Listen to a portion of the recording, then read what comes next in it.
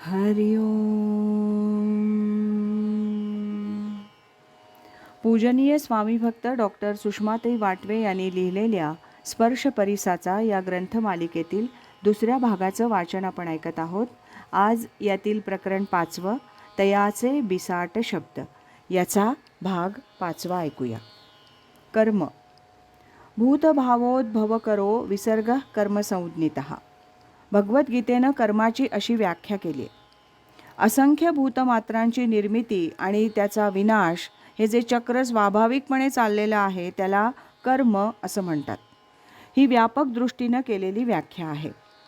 वैयक्तिक दृष्टीनं कोणतेही कर्म हे सत्कर्म झाल्याखेरीज त्या कर्माला काही किंमत नाही. शास्त्राला आणि सज्जनांना मान्य असलेलं आपल्या शक्तिबुद्धीनुसार आपल्या वाट्याला आलेलं कर्म तन मन धनानं ईश्वरार्पण बुद्धीनं करणं हे सत्कर्म.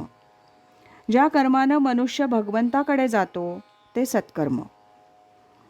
ज्या कर्मानं मनुष्य भगवंतापासून दुरावतो ते असत्कर्म. ही कर्माची सोपी व्याख्या आहे. तसंच गहना कर्मणो गतिही असं भगवद्गीतेनं म्हटलं आहे. कोणत्याही कर्माचा कुठे कसा परिणाम होतो हे सांगणं कठीण. म्हणूनच किंग कर्म किम कर्मेती कवयोप्यत्र मोहितः. कोणतं कर्म करावं कोणतं करू नये याविषयी पंडितांना देखील निश्चय करणं कठीण जातं. असे हे कर्माचं तंत्र आहे. आता कर्म, विकर्म आणि अकर्म यात कर्म म्हणजे साधकर्म, विकर्म म्हणजे मनापासून कर्म करणं आणि अकर्म म्हणजे कर्मापासून अलिप्त स्थिती असा सामान्यतः अर्थ घ्यावा. कुणालाही असं ठासून सांगता येणार नाही की मी हे कर्म बरोबर केलं आणि याचे परिणाम हमखास चांगले होतील. एखाद्या मुलीनं आपलं लग्न ठरवलं. आईवडिलांनी लग्नाला विरोध केला म्हणून तिनं पळून जाऊन आत्महत्या केली. आता त्या मुलीला आईवडिलांनी विरोध केला हे कर्म बरोबर का चूक? हे कर्म चांगल्या हेतूनं सज्जनांना मानवेल असं केलं, पण त्याचा परिणाम काय झाला? म्हणून कर्माची गती अतिशय गहन आहे. या विश्वात सर्व कर्म गुंतागुंतीची झाली आहेत. अशा वेळेला प्रत्येकानं आपल्या अंतःप्रेरणेला स्मरून सज्जनांना मानवेल असं कर्म करावं. सज्जनांना मानवणार नाहीत अशी कर्म कुणीही करू नयेत. या जीवनामध्ये कर्मविपाक सिद्धांत अटळ आहे. तो सर्व संतांनी भगवंतांनी मान्य केलेला आहे. Reap as you sow. पेराल तसं उगवेल, करावं तसं भरावं. प्रत्येक कर्माचं फळ आपल्याला भोगावंच लागतं आणि कर्म केल्याखेरीज तर कुणालाही क्षणभर देखील राहता येत नाही. प्रत्येक कर्माला फळ हे लागलेलं आहे. असं कोणतंही कर्म नाही की जे फळ देत नाही.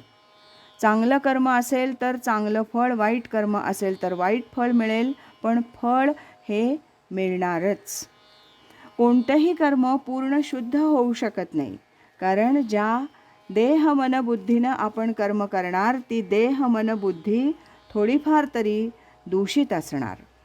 शुद्ध देह, निर्मळ मन, पूर्ण शुद्ध बुद्धी असं असू शकत नाही. त्यामुळे कर्म दोषास्पद राहतात. सहजम कर्म कौंतेय सदोषमपि न त्यजेत. जे कर्म आपण करतो त्याचे मनबुद्धीवर जे तरंग उठतात ते विपरीत असू शकतात. सहज बोलताना आपण कुणाला तरी दुखावतो. नको असलेली व्यक्ती समोर दिसली की चेहऱ्यावर नाराजी दिसते. कर्म होऊन गेलं, आता त्याचं फळ भोगलं पाहिजे. अगदी लोककल्याणाचं कर्म जरी केलं तरी त्यामुळे देहाकडे जे दुर्लक्ष झालं त्याचं फळ आजारपणाच्या रूपानं भोगावं लागतं. संत असले तरी देहाच्या शक्तीबाहेर कर्म घडलं तर त्याचे दुष्परिणाम देहावर दिसणार. रमण महर्षी, रामकृष्ण यांना शेवटी कॅन्सरसारखा आजार झाला. मनानं तर आपल्याकडून अखंड वेडीवाकडी कर्म घडत असतात. अशी असंख्य कर्मांची फळं जमल्यावर त्या व्यक्तीला शांती, तृप्ती, समाधान कसं मिळणार? आत्मदर्शन कसं होणार? एका जनार्दनी भोग प्रारब्धाचा हरिकृपे त्याचा नाश आहे असं संतवचन आहे. यात आपल्याला दिलासा आहे, पण हरिकृपा किती लोकांना मिळते? आपण अशी काय भक्ती केली की ज्यामुळे आपल्यावर हरिकृपा व्हावी? साऱ्या संतांचं जीवन पहा, किती कष्ट, किती छळ, पण हरिकृपेनं त्याचा नाश होतो. म्हणजे ती मंडळी देहाची जी काय सुखदुःख असतील त्याच्याकडे लक्षच देत नाहीत. पण सामान्याला हे शक्य होत नाही.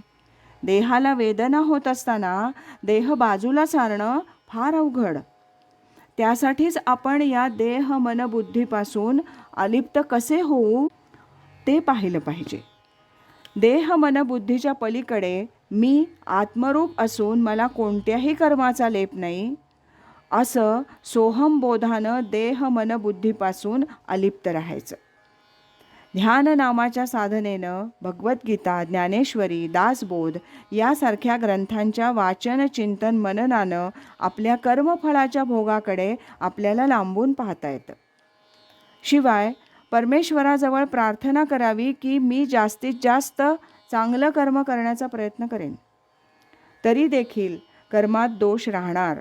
मी केलेल्या कर्माचं फळ मला मिळणार, पण ते शांतपणे भोगण्याचं, सहन करण्याचं धैर्य, शक्ती तूच मला दे. माझ्या कर्माबद्दल मला क्षमा कर. तुझ्या नामाचा आठव मला अंतकाळपर्यंत सतत राहू दे. सारांश: प्रत्येक विहित कर्म मोठ्या प्रेमानं, तन मन धनानं, ईश्वरस्मरणपूर्वक करून इदम न मम म्हणून परमेश्वराला अर्पण करायचं. मी या कर्माचा कर्ता नसून तूच कर्ता आहेस, या बोधानं कर्म करत असतानाच कर्मापासून अलिप्त व्हायचं. तैसा स्वरूपाची या प्रसरा, लागी प्राणेंद्रिय शरीरा, आटणी करणे जे वीरा, ते चितप. तप म्हणजे शरीराची, प्राणाची आणि इंद्रियांची आटणी करायची आहे. शरीराची आटणी म्हणजे शरीर कृश होणं नव्हे. इंद्रियांची आटणी म्हणजे इंद्रियांचा नाश नव्हे. तर कानांनी जे आणि जेवढं आवश्यक तेवढंच ऐकणं, जिभेनं जे खायचं तेवढंच खाणं, जे बोलायचं तेवढंच बोलणं आणि डोळ्यांनी आवश्यक तेवढंच पाहणं.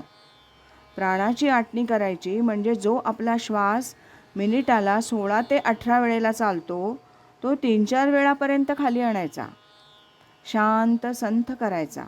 अशा प्रकारे तप करीत असता जो त्रास, व्याप जीवाला होत असतो तो सहन करावा लागतो. आज इथेच थांबूया. यानंतरचा 6वा भाग आपण उद्या ऐकूया. सद्गुरू असती अंतरात, सच्छिष्याते जागवीत. हरि ओम तत्सत.